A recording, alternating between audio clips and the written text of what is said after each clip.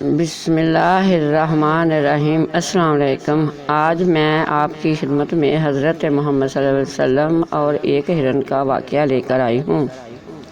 اگر آپ کو یہ واقعہ پسند آئے تو ویڈیو اینڈ تک لازمی دیکھیے گا۔ ایک دن حضرت محمد صلی اللہ علیہ وسلم تشریف لے جا رہے تھے کہ آپ کو آواز آئی، یا رسول اللہ۔ آپ صلی اللہ علیہ وسلم نے ادھر دیکھا ادھر دیکھا پر کوئی نہیں تھا۔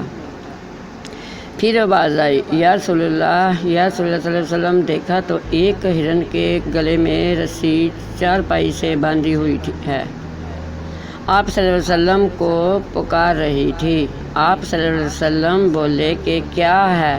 ہرن بولی کہ آپ صلی اللہ علیہ وسلم کا ایک صحابی مجھے پکڑ کر لے آیا ہے۔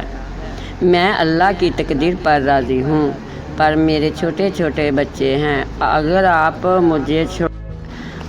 مجھے چھڑوا دیں تو میں اپنے بچوں کو دودھ پلا کے واپس آ جاؤں گی۔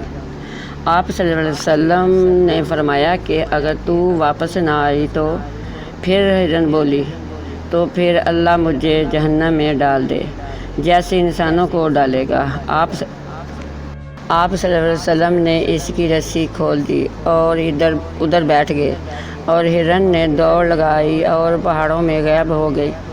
کچھ دیر گزر گئی تو آپ صلی اللہ علیہ وسلم نے دیکھا کہ وہ پہاڑوں سے نیچے اتر رہی تھی اور آ کر بولی، یا رسول اللہ علیہ وسلم، میں حاضر ہوں۔ آپ صلی اللہ علیہ وسلم نے اس کو رسی سے باندھ دیا اور پھر بیٹھ گئے۔ کچھ دیر گزر گئی اور وہ صحابی آئے جنہوں نے ہرن کو پکڑا تھا۔ صحابی نے حضرت محمد صلی اللہ علیہ وسلم کو دیکھا تو حیرت انگیز ہو کر کہا، یا رسول اللہ علیہ وسلم، آپ یہاں کیسے آئے؟ اور رسول صلی اللہ علیہ وسلم نے فرمایا کہ مجھے ایک چھوٹا سا کام ہے۔